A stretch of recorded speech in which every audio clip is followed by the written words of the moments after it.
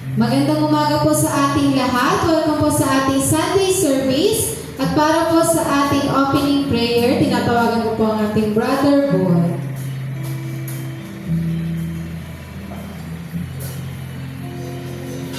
Yes, Lord God, maraming salamat, Panginoon, sa umaga ito, Panginoon.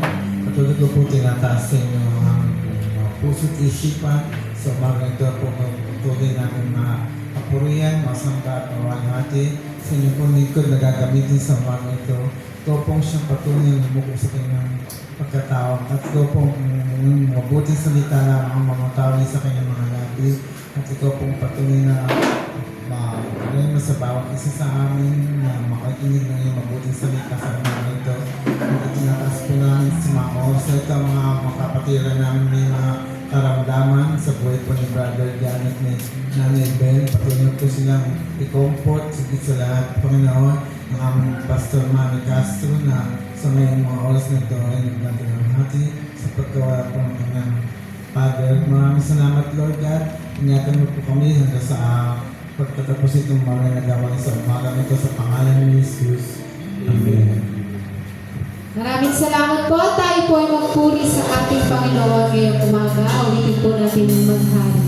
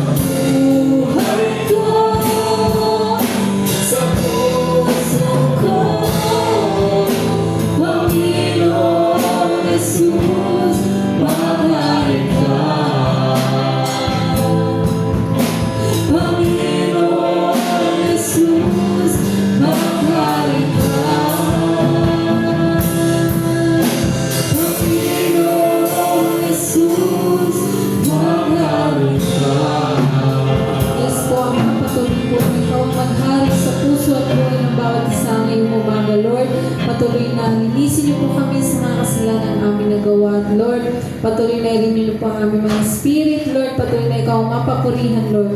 Hindi lang ngayong umaga, kundi, Lord, sa araw-araw ng aming buhay. Maraming salamat po sa malayong pagpapala at pagpupuri na ito sa pangalan ni Jesus. Amen and amen. Basahin po natin sa mga awit 95:1. Tayo na't lumapit kay Yahweh na Diyos. Siya ay awitan ng batong kublian. Ating ngang handugan, masayang awitan. Tayo na't lumapit sa kanyang presensya ng may pasalamat. Siya ay purihin ng mga awiting may tuwa at gala. Amen. Amen. Patuloy po natin awitin ang ating Panginoon. Awitin po natin ang dakila kay Yahweh.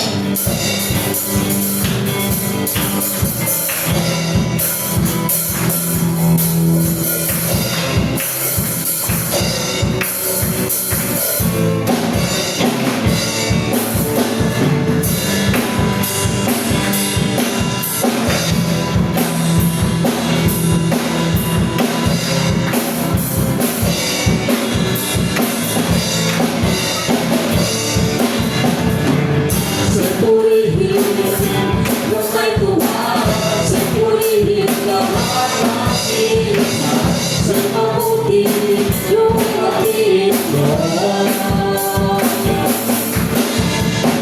Sa purihin sa apaman, sa purihin sa ramukan, sa lupuin ng pagsamahan. Sa ulod, sa ulod, sa lahat ng ako'y purihin sa awit, at ito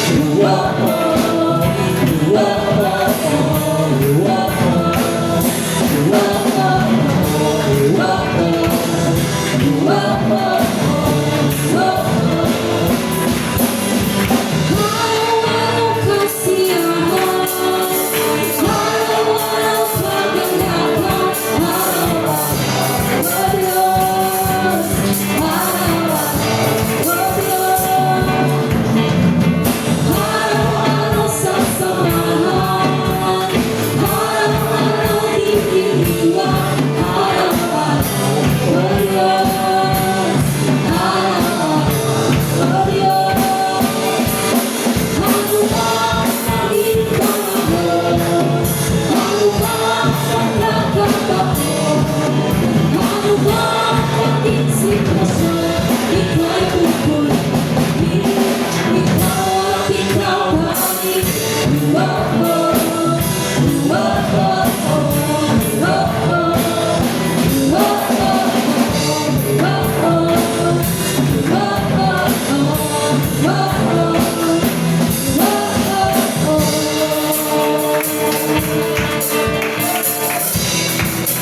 katulad. Wala kang katulad. Wala kang katulad.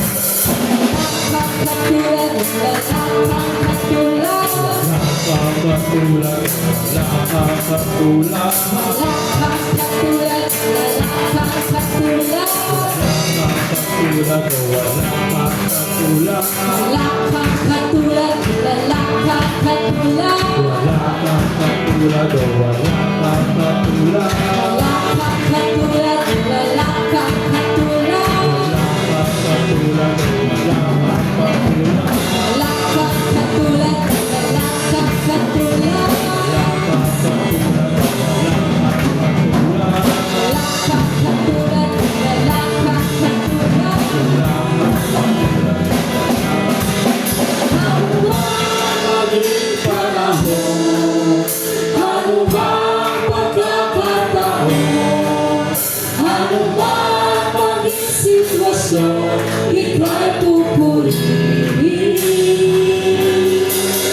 Ano bang maging panahon, ano bang pagkakataon, ano bang maging sitwasyon, ika'y pupurihin.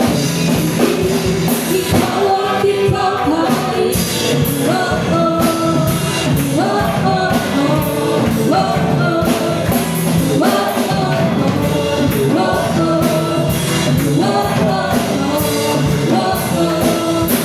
oh. Patuloy po natin palakpakan ang ating Panginoon ngayong umaga. Patuloy po tayong umabot ng papuri at susunod na walang mahirap sa iyo.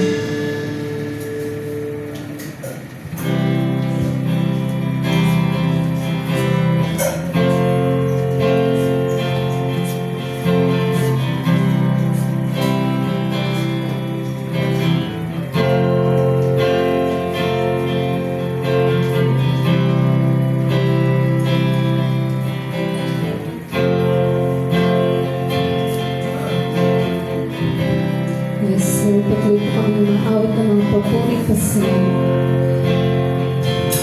Higit sa aking kailangan,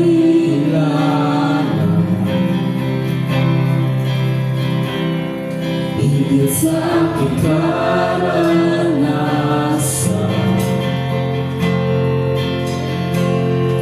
higit sa aking isipin, ay kaya mong gawin. Higit sa aking kalakasan,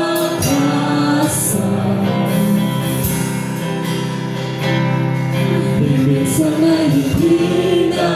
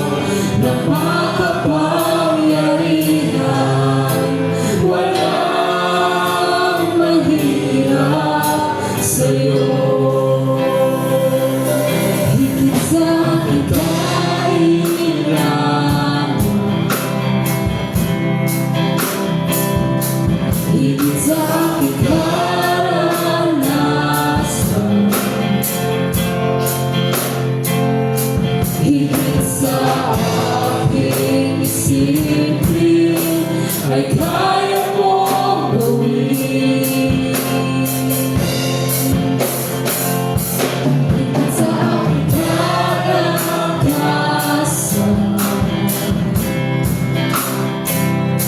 minsan ay hindi na kulang.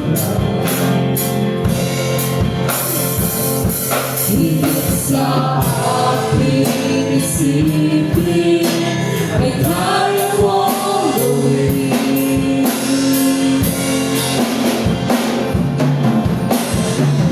Bawat araw ko ay hawak mo,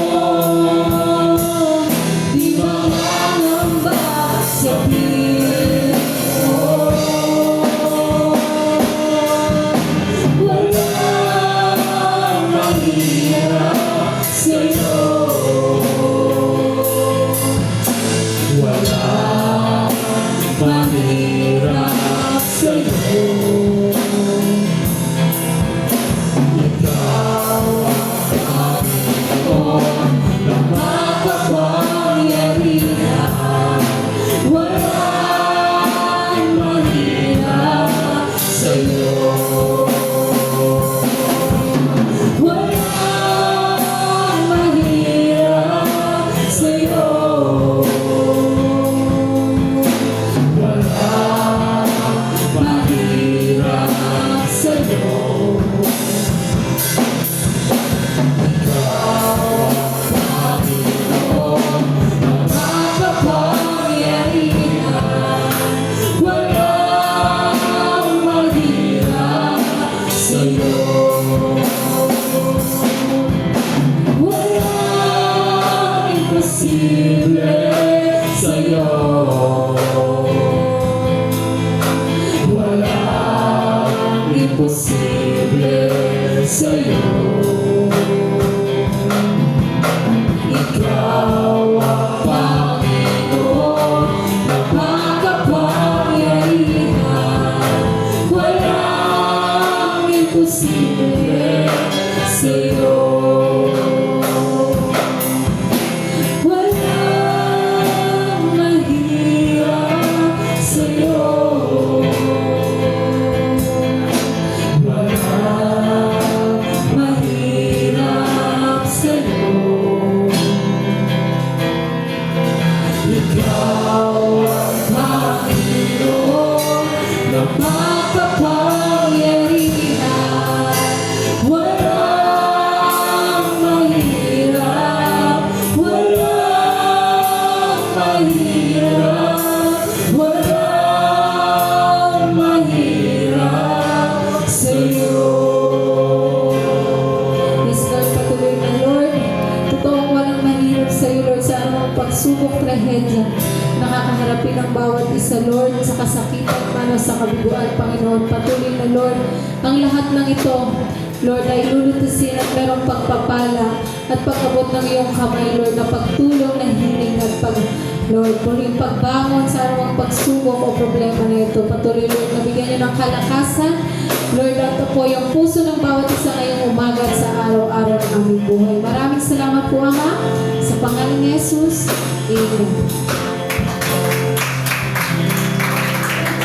Patuloy po tayo sa presensya ng Panginoon. Lord, muli kami ay nagpapakumbaba, lumalapit sa inyo pong dakilang presensya sa umaga po ito. Patuloy po namin, Lord, na dinadalangin ang bagyong ito na dumaan po sa amin. Dalain po namin ang inyong pong divine protection sa aming mga kapatid all over the Philippines, Panginoon. Naway tulungan niyo po kami at ang bansang ito, Panginoon, na patuloy na maging matatag sa gitna ng mga trahedya, Panginoon, mga disaster, Lord, na amin pong nararanasan. Especially, Lord, yung mga paggalaw ng lupa o ng lindol, Panginoon, sa aming kapanahunan na halos araw-araw, Panginoon, sa aming bansa ay may nililindol. Patuloy po namin dalangin na hindi po mangyari ang the big one na pinangangambahan po namin, Panginoon. Bagamat ito ay hinugna para gumalaw, bantawin o ugat na kayo ang may kontrol ng lahat ng bagay, Panginoon. Ang anumang lupa ay po pwede niyong pagalawin o hindi pagalawin ayon sa inyo pong panukala. Salamat, Panginoon, pinangahawakan po namin ang inyong inyo pong patuloy na paglingap at pagkalingap sa inyo pong mga anak. Maging sa umagang ito, Panginoon, dinadalangin po namin ang aming mga kapatid na may karamdaman. Tulungan niyo po sila, pagalingin at anumang Panginoon ang nasira sa kanilang pangangatawan dahil sa karamdaman. Lord, we pray na ibalik niyo po ito sa kanila, Panginoon. At hindi po ito maging hadlang ng kanila pong paglilingkod po sa inyo. Dinadalain din namin ang iyong patuloy na pagtugon sa mga pangailangan, sa mga kapatid kung mayroon man silang mga problema sa buhay, financial man ito, sa kalusugan, o sa trabaho man, sa negosyo. Panginoon, abutin niyo nga po sila. Patuloy po niyo po silang lingapin, Panginoon, at gabayan aming Ama. At dinadalangin din po namin, Lord, ang iyong pong patuloy na paglingap sa mga kapatid na marahil nag-iisip ng negosyo, ng trabaho, Panginoon, naghahanap, Lord, we pray ang iyong pong provision po sa kanila. At maging sa umagang ito, Panginoon, ang amin pong pakikinig ng inyong pong mga salita. Nawa ay maranasan namin ang inyong pong dakilang presensya. Puspusin niyo po ng iyong kapangyarihan ang iyong anak na gagamitin sa pagdadala ng iyong mensahe sa umaga po ito. At pagpalain niyo po kami ng mga espiritual na pagpapala, Panginoon, sa aming pakikinig sa inyo pong mga salita. Pinapagkatiwala po namin ang lahat ng bagay sa inyo hanggang matapos, Panginoon, ang aming gawain sa maghapon ito. Ang papuri at ang pagsambay tayong sa inyo lamang sa pangalan ni Jesus. Amen. Good morning po. Magandang umaga po muli sa ating lahat at para po sa ating God's message, natawagan po ang ating Jack of Elder. Magandang umaga po sa ating pong lahat. Mahina. Magandang umaga po. Ang sarap pumunta rito sa harapan. Bagong pintura, bagong decor na. Mukhang hanggang 2 oras yata akong tatayo rito. So, sa umaga po ito ay sama-sama po tayong mag-aaral po ng salita ng ating pong Panginoon na matatagpuan po natin sa Jeremiah chapter 3 verse 15.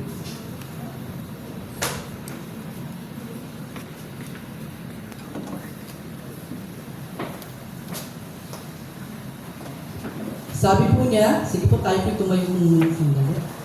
Bilang paggalang sa salita po ng ating Panginoon. Sabi po niya, bibigyan ko kayo ng mga pinunong sumusunod sa akin at pamamahalaan nila kayo ng buong katalinuhan at pagkaunawa. Sige po tayo po manalangin sandali. Father God, salamat po sa umaga po ito. Salamat po, Panginoong Diyos, sapagkat narito po kami upang muling mag-aral, magbulay-bulay ng iyo pong mga salita na aming pong pagsasaluhan, Panginoon. Bigyan niyo po ng katalinuhan ng bawat isa, ng kaunawaan at mangusap po kayo. At ang iyo pong presensya ang nais po namin maranasan sa aming pong kalagitnaan. Purihin ka nga po, Panginoon. Salamat po sa pangalan ng Jesus. Amen. Amen. Parang hindi ko marinig yung boses ko. Narinig niyo po ba ako? Yung tenga po yata may problema. So, yun po. Di po ba bawat buwan, hindi naman bawat buwan, meron po tayong dinaraos na Mother's Day, Father's Day, ano pa po ba? Grandparents' Day. Mukhang parang nakakalimutan po natin i-appreciate ang ating pong mga guro. Alam niyo mga kapatid, wala pong guro kung wala pong magtuturo po sa atin. Kaya mapalad po tayo dahil nakapag-aral po tayo, nakatulong po tayo sa eskwelahan para matuto at maraming matutunan. So sa umaga po ito, ang aking pong topic ay ang guro bilang ilaw at gabay. Nga po matatagpuan po natin sa Jeremiah 3:15, pero marami pa pong mga sumusunod na mga talata na ating pong pag-aaralan. So, ang talata pong ito na aking pong binasa kanina ay nagpapakita ng pangako ng Diyos na magbibigay ng mga tagapagturo, tagapaggabay, at may malasakit sa karunungan ng isa at nagpapaalala kung paano at kung gaano kahalaga ang papel ng mga guro sa plano ng Diyos. So, ang mga guro ay plinano rin po yan ng Panginoong Diyos sa atin po. Sa bawat silid-aralan, sa bawat pahina ng aklat, at sa bawat tanong ng isang mag-aaral, nariyan ang guro. Natahimik lamang silang kumikilos, ang kanila pong impluensya ay malalim at pangmatagalan. Sila ay ilaw sa gitna ng dilim ng kamangmangan at gabay sa landas ng karunungan at pag-asa. So talagang napakahalaga po ng guro sa atin. Meron po ako naalala nung ako po ay grade 3 or grade 1 or grade 5. Dahil nga sa kakulangan sa financial, talagang dumarating ako dun sa puntong minsan pumapasok ako na hindi ako kumakain, minsan pumapasok ako ng walang baon, minsan talagang walang-wala. So itong guro ko pong ito ay napansin niya ako. Sabi niya, sa tuwing magre-recess ang iyong mga klase, parang tahimik ka lang, hindi ka lumalabas. So syempre, parang nahiya akong sabihin, aminin sa kanya na talagang wala naman po ako talagang wala talaga akong baon, parang gano'n. Pero ang guro talagang ramdam po niya kung ano yung ating pong pangangailangan, kung ano yung pagkukulang po natin. So sa umaga pong ito, meron po tayong 3 puntos na pag-uusapan tungkol po sa ating pong mga guro. Una, ang guro ay kasangkapan ng Diyos. Pangalawa, ang guro ay taga-hubo ng kaalaman or kinabukasan. Ang guro ay dapat at karapat-dapat na pasalamatan at suportahan. So ito po 3 puntos na ito ay mahalaga na hindi po natin nakikita, napapahalagahan ang ating pong mga guro. So tutuloy ko po muna yung aking pong introduction. Ang guro ay hindi lamang tagapagturo ng leksyon, kundi tagapaghubog ng puso, pag-uugali, asal at pananampalataya sa kanilang pagtitiyaga. Maraming buhay ang nababago sa kanilang pagmamalasakit. Maraming pangarap ang nabubuo at sa kanilang kaluluwa ay napapalapit sila sa ating pong Panginoon.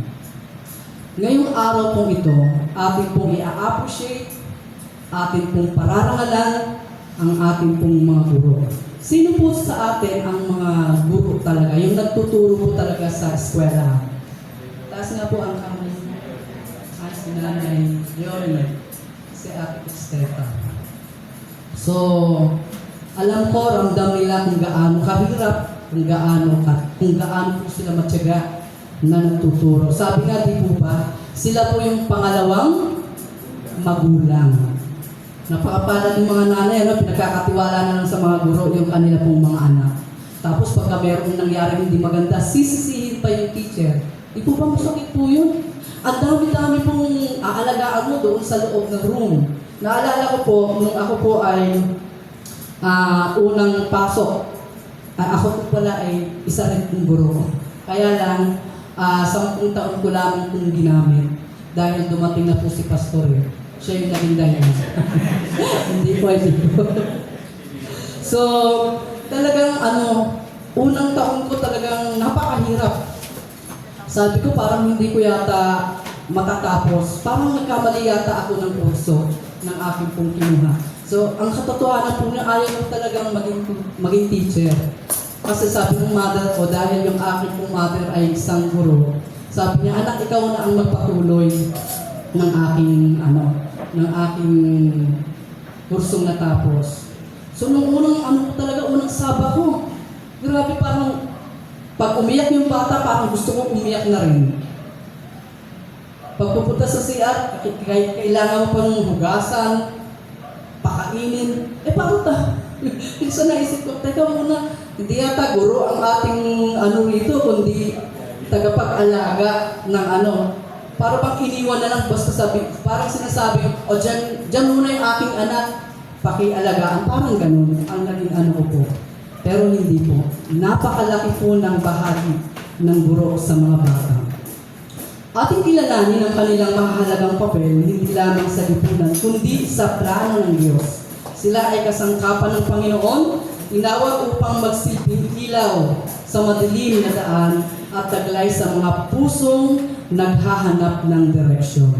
So ang kaya na-realize ko na kaawa-awa yung mga batang hindi po nakapasok ng eskwelahan, hindi po nakapag-aral, napakahirap po. Kaya ang mga teacher, kaya ganun na lamang sila ka-concern doon sa mga bata dahil naawa din po sila. Lalo-lalo na kung ang isang estudyante ay walang-wala po talaga. Naalala ko po nung nagtuturo ako, nakikita ko po yung kawalan ng bata. Ultimo yung nasa bulsa mo talaga ibibigay mo.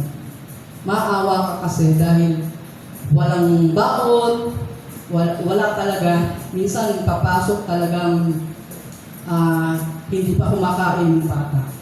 So unang punto po natin sa ating pong pag-aaral sa umaga po ito ay talagang makikita natin kung paano po sila nagtuturo. Sabi nga po, ang guro ay kasangkapan ng Diyos. Ang guro bilang ilaw at gabay ay kasangkapan din po sila ng ating pong Panginoong Diyos. Hindi po ito madali na gawin. Madali lang sabihin, kaya yung mga nanay, kala nila pagka yung kanila pong mga anak ay dinala na sa eskwelahan, wala na, tapos na, hindi nila alam kung ano ang pinaggagawa ng kanila pong mga anak pagdating sa loob ng eskwelahan. Ang guro naman, para nang papasok ang guro, ayos na ayos, diba? Di-lipstick pa yan. Ang ganda-ganda ng itsura. Pagkatapos ng klase, para nang musang si teacher. Talagang grabe yung sakripisyo ng mga guro. Ang guro ay kasangkapan ng Diyos. At tulad nga ng binasa ko po kanina, sa talatang 3, Kabanatang 3:15 ng Jeremias, sabi niya, at bibigyan ko kayo ng mga pastor na ayon sa aking puso na magpapakain sa inyo ng kaalaman at unawa. So kung ang ating pong mga guro ay ginagamit din po ng ating pong Panginoong Diyos, ganoon din po ang ating pong mga manggagawa. Na ang ating pong mga manggagawa ay inire-reflect din po nila ang ating pong pagtuturo sa kanila. Ang guro ay tagapagturo ng karunungang asal at pananampalataya tulad ni Jesus na tinawag na Rabbi. Di ba? Tinawag sa Jesus na Rabbi. Isa rin po siyang guro na ang tawag po sa kanya. Ang mga guro ay gumagalang sa landas ng buhay. Napakagandang tanong. Kung ang ating pong mga katanungan ay ganito ang ating pong itatanong, lalo na sa mga bata. Ang tamang paggabay sa mga bata ay isang mahalagang tungkulin, lalo na kung ikaw ay guro sa paaralan at guro ng Biblia. So kinakailangan po natin gabayan ang ating pong mga bata, ang ating pong mga anak. Hindi lamang po yung guro ang dapat na gumabay, kundi tayo rin pong mga magulang. Minsan, yung mga guro ay binibigyan pa po natin ng kaisipan na hindi maganda. Lalo na kapag nandun na sa loob ng klase, ang kanila pong mga anak ay nasisisi pa po ang mga guro. Ma'am, hindi mo naman kasi tinitingnan. Hindi mo naman kasi, ano yun? Ano tingin niyo sa guro? Tagabantay? Ay, ang dami-dami niyan. Di po ba? Ganun minsan ang tingin ng mga nanay sa mga guro. Sa atin naman po, bilang guro ng paaralan at tungkol sa Biblia, narito ang ilang prinsipyo at practical na hakbang para epektibong papaano po natin gagabayan ang ating pong mga anak. At bilang guro, sa paaralan, una, dapat po nating ang mga guro dapat po ay maging huwaran sa pag-uugali at pananalita, kilos. Kasi alam niyo po kasi ang mga bata, kung ano po yung nakikita nila, yun po kaagad ang kanilang ginagaya. Halimbawa, ang isang guro ay nakapagsalita ng hindi maganda. Yung kaagad ang kanilang ginagaya. Kaya dapat po ang isang guro ay maging magandang halimbawa po. Maging hularan po siya. Ipakita natin ang respeto, disiplina, at ipakita po natin ang magandang asal sa mga bata. Kasi kung hindi po natin ipapakita, anong saysay po ng ating pong pagtuturo sa ating pong mga bata. Una sabi, ang isang guro ay maging huwaran. Pangalawa, gumamit po ng positibong disiplina. Iwasan ang pananakot. Meron kasi teacher na nananakot eh. Parang kaya Yesu. Yung kanilang guro ay lagi raw sumisigaw. Walang araw na papasok ay sumisigaw. Siyempre natatakot ang mga bata. Tama po ba yun? Yan po ba yung tamang pagdidisiplina natin sa ating pong mga estudyante? Even sa ating pong mga magulang, dapat tinitingnan din po natin ang ating pong mga anak. Hindi po tayo nangahawakan lamang po doon sa kanila pong mga guro. Iwasan ang pananakot o kahihiyan. Salip, ipaliwanag ang aspeto na maling pag-uugali o asal na hikayatin ang tamang pag-uugali. So, ipinapakita po rito na ang isang guro ay dapat tinuturuan ang ating pong mga estudyante na sila po ay maging mabuting estudyante, maging mabuting huwaran. Kilalanin ang kakayanan at pangangailangan ng bawat bata. So tayo hindi lamang po tagapagturo. Pansinin din po natin kung ano po yung pangangailangan ng ating pong mga estudyante. Pansinin po natin kung ano po yung kanila pong nararanasan. Hindi po kasi pare-pareho ang bilis ng pagkatuto ng isang bata. Meron kasi isang teacher na kapag tinuruan, ano ka ba? Ang hina-hina mo naman. Diba? May mga ganung teacher. Para bang gusto niya matuto ka agad. Hindi ganon. Iba-iba po ang kaalaman ng ating pong mga bata. Magbigay ng suporta sa mahihinang at hamunin ang mga estudyante na maging matalino, maging mapag-aral, maging matuto sa maraming bagay. Tayo po mga guro ay dapat po natin bigyan sila ng magandang disiplina. Magturo ng may malasakit. Ipaalam sa bata na mahalaga sila. Sa mga guro, nararamdaman pa po ba ninyo na sila ay meron pong concern? Dapat meron po. Tayong mga guro ay dapat na magkaroon po tayo ng concern sa kanilang mga estudyante sa pamamagitan po ng pagkukumusta sa kanila. Malaking epekto po iyon sa isang estudyante. Hindi lamang po estudyante ang kinakausap po dito, kundi tayo rin ng mga magulang. Dapat tinatanong din po natin ang ating pong mga anak pagkagaling sa eskwelahan, anong natutunan mo? Anong ginawa ng teacher ninyo sa inyo? Meron ba kayong natutunan? Hindi po yung pag-uwi sa eskwelahan, wala lang. Parang ipinaubayan nyo na po ang buhay ng mga anak ninyo doon sa guro. Kaya minsan, ang mga estudyante, ang inyo pong mga anak, mas malapit sa kanilang guro kaysa sa inyo. Bakit? Kasi nga, nararamdaman nila na wala silang concern sa inyo. Nararamdaman nila na wala po kayong pakialam sa kanila. So hindi po. Huwag po natin ibigay lahat ang obligasyon sa ating pong mga guro. Tayo pong mga magulang ay meron din pong obligasyon. Hikayatin ang tanong at pag-usisa. Huwag pigilan ang bata sa kanyang pagiging curiosity. Alam niyo mga bata, curious po yan. Marami po yung gustong itanong, marami po yung gustong malaman, marami po yung gustong alamin. Kaya lang tayong mga magulang, ipinapasa po natin sa mga teacher po natin. So, ang mga bata, hindi po natin nalalaman kung ano na po ang nangyayari. So, bilang mga guro, ito po yung mga dapat po natin maging ang gawin sa ating pong mga estudyante. Maging huwaran po tayo, gumamit po tayo ng positibong pagdisiplina. Sila po ay ating pong kalingain. Marami po silang matutunan at higit sa lahat, pansinin po natin sila kung sila po ay meron pong mga katanungan.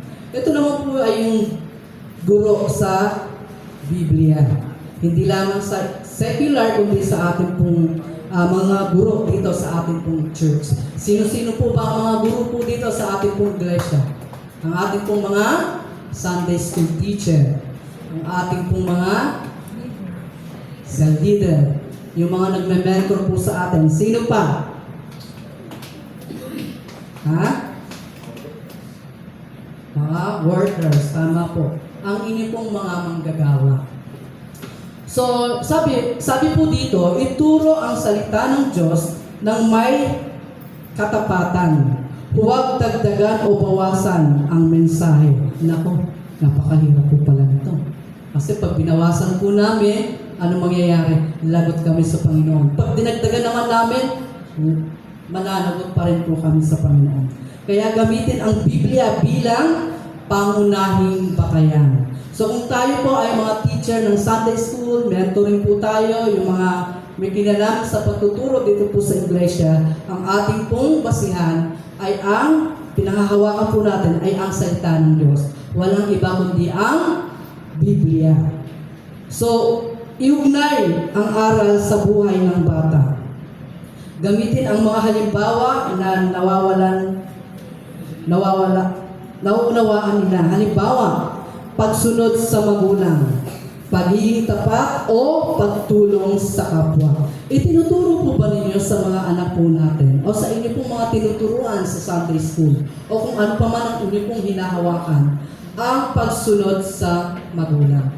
Meron kasing ganito yung mga magulang eh. Hindi ko lang alam kung, pero wag magagalit ang mga magulang. Pag sinabing panghahawakan natin yung Biblia, yun po yung ating pong basihan para ituro po sa bata. Pero minsan, ang nangyayari, paano po tayo nagiging masunurin sa isang magulang? Ang mga bata kasi, pag sinabing sumunod, anong ginagawa ng mga bata? Sa ngayon, sa panahon po natin ngayon, lagi yan wait na wait. Minsan, pag sinabing wait na, matagal yan bago yan sumunod. So tayong mga magulang o tayong mga nandito sa iglesia, ano po ang nagiging reaction po natin pagka ganun na po ang pagsunod ng mga bata sa atin? Ano gagawin po natin? Papaluin po ba natin sila? Pipinutin? Kukurutin? Ganun po ba? Ipakita po natin, ipadama po natin na yung ating pong pagtuturo ay naaayon pa rin po doon sa salita ng ating pong Panginoong Diyos. So, ipa-realize po natin sa mga bata na dapat po silang sumunod sa mga magulang. Bakit? Bakit ba dapat silang sumunod? Dahil ito yung nais ng Diyos. Itinuturo po ito ng Panginoong Diyos sa atin na ang ating pong mga anak ay dapat na sumunod sa ating pong mga magulang. Ano po bang nagiging sanhi, nagiging dahilan? Bakit hindi po sumusunod ang ating pong mga anak o yung mga bata? Maaari sigurong tayo ay masyadong mahigpit. Maaaring minsan ay para po bang hinahayaan na lang natin na hindi sumunod. Kasalanan din po natin yun. Kapag hindi po sila sumusunod, tayo rin ang nag-uudyok para hindi po tayo sundin. So ano pa po? Dapat sila po ay maging tapat. Tayo po bang mga magulang ay nagiging tapat sa ating pong kapwa, sa ating pong mga nakapaligid sa atin, lalo higit sa ating pong Panginoon. So, paano natin ituturo sa mga bata yung magiging tapat? Naalala ko yung, ayoko na bang sabi niya, alam mo, mami, yung kaklase ko, pag nag-exam kami, tingin siya ng tingin sa ano ko, sa papel ko. Eh, di ba sabi maging tapat?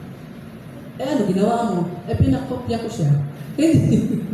Hindi yung pagiging tapat. Sabi kong ganun, pandaraya yun.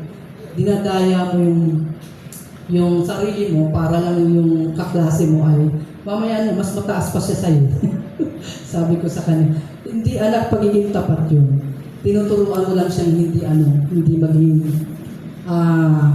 maging totoo sa kanyang ginagawa.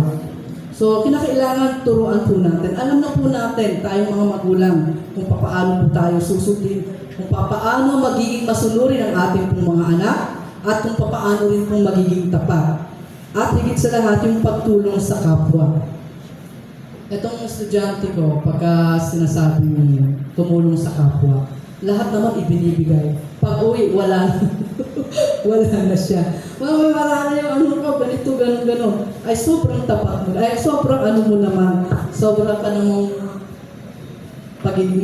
pagiging matulungin mo. So, ito po yung mga bagay na dapat po nating alalahanin na tayo bilang mga mananampalataya, bilang mga guro ng ating pong Panginoong Diyos, ipakita po natin na tayo po ay natuturo doon po sa tamang pamantayan ayon po sa Biblia na dapat ipadama po natin, ipamuhay po natin. Ang patayan po natin ay ang salita ng Diyos. Iugnay po natin ang ating pong buhay sa maituro sa kanila ang pagsunod, pagiging tapat at pagiging matulungin. Magturo sa pamamagitan ng kwento, ang kwento sa Biblia. Minsan, meron po akong karanasan na sa Sunday school po yata yun. Hindi ko sasabi, hindi ko dito yun. Huwag po kayo mag-alala, hindi ko yun dito. Dahil ako minsan kasi ay naglilibot-libot. Itong aking teacher sa Sunday school, hindi naman ako nagpakalata na nakikinig. Sabi ko, teka muna ba? Para iba yata yung tinuturo niya. Nasa Sunday school kami. Nasa church sila.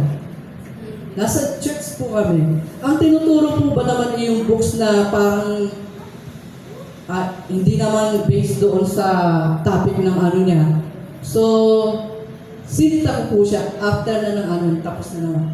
Sabi ko, kapatid, dali ka rito. Dahil ako po yung kasi nila. Ano yung parang taliwas yata yung turo mo doon sa mga bata. Pero si Jack, hindi po kasi ako nakapag-ready, ganito. Hala ka. Hindi mo dapat itinuturo. Huwag ka na magturo pagka ganun. Kasi yung itinuturo niya, yung librong basta kakaiba. Sabi ko, maaan sa mind ng bata yun. Sabi ko ganyan sa kanya. Kaya mga Sunday school teacher, kung hindi po kayo ready, hindi po kayo handa, magsabi lang po kayo. Jack, hindi po ako handa. Kasi mamaya niyan, iba po ang maituro po natin. Pananagutan po natin yan sa Panginoon. Tandaan po natin. Kaya dapat, kinakailangan sa Biblia pa rin ang ating pong pamantayan sa pagtuturo sa mga bata. So magkwento patungkol po sa Biblia, sa mga natututunan po natin. Di ba marami pong mga kwento tungkol kay David, tungkol kay Jonas, tungkol kay Job. Ayan yung mga dapat natin ikwento. Hindi po yung kwento ng buhay ng may buhay, Hindi yung, alam mo, si ganito, si ganon, si ganon. Hindi po yun. Hindi po yung kwento. Chismis po yun. So, minsan, meron po tayong mga aktibidad na para lang mapaano po natin ang mga bata. Nagdadrama pa po tayo. Meron po tayong visual aids. Yun po yung mga ginagawa po natin. Iyon po ay sa pamantayan ng ating pong pagtuturo sa Biblia. Ipakita ang pag-ibig kay Kristo. Alam na po natin kung paano po natin ipapakita. Ang mga bata ay mas naantig sa kilos kaysa po sa salita. Maging mapagpasensya, mapagpatawad, at mapagmalasakit. So tayo mga nagtuturo po dito sa iglesia, dapat mapagpasensya po tayo. Mahaba po ang ating pong pasensya. Mapagpatawad. Mahinahon. Kasi iba-iba po yung level na ating pong tinuturuan sa mga bata. Di po ba? Okay lang kung medyo may edad na, hindi na mahirap turuan po yan. So pagka bata ang pag-uusapan, talagang kinakailangan palawakin natin ang ating pong pasensya, maging mapagmalasakit at mapagpatawa. Naalala ko po, meron akong tinuturuan sa Sunday School. Nag-away po sila talaga dyan sa harapan ko pa mismo. Nagsuntukan sila. Napilasan ng ano yung sambat. So wala akong magawa. Pagdating ng nanay, Jack, ano nangyari? Ay, wala po akong kasalanan. Hindi po. Meron po tayong pananagutan. So grabe talaga ang mga bata. Hindi mo sila maano ka agad. Kaya kinakailangan, napaka-importante po sa bawat isa po sa atin ng mga teachers sa Sunday School, even sa secular teacher, ay talagang nakakaranas po ng mga ganitong bagay. So ang sabi ng Panginoon, kinakailangan na maging mapagpasensya po tayo, mapagpatawad, mapagmalasakit. Huwag po natin yun aalsin sapagkat kasama po yun sa ating pong pagtuturo sa mga bata. At higit sa lahat, syempre, manalangin para sa bawat bata. Sino po sa atin dito sa Sunday School, ipinapanalangin ang kanila pong mga estudyante? O, eto sinasabi natin, bahala siya. Tinuruan ko na naman siya. Wala na akong magagawa kung ayaw. Hindi po. Hindi po ganun. Dapat lalo po natin silang udyukan na dapat lalo po silang matuto. Ilapit at mailapit sa ating pong Panginoon sa pamamagitan po ng pananalangin. Kasi kung walang tulong ng Panginoon sa pamamagitan ng pananalangin, hindi po mababago ang mga bata. Ito po ang ating pong dapat na maging attitude bilang mga guro ng mga bata sa ating pong iglesia, even sa secular teacher. Hindi sapat ang pagtuturo lamang, ipanalangin ang kanilang puso, isipan at landas. Mahalaga po ito. At kung ikaw ay parehong guro, sa paaralan man o sa guro ng Biblia, ay natatanging oportunidad ang dapat po natin ituro sa ating pong mga bata. Ang mga pagpapahalaga tulad ng katapatan, paggalang, pagpapakumbaba, pag-ibig sa kapwa. Sa ganitong paraan, ang edukasyon ay hindi lamang para sa utak, kundi para na rin, pati na rin sa ating pong puso. Kasi may mga guro, di ba? Hindi ko naman po nila lahat. Guro sa mga secular. Okay lang kung siya ay mananampalataya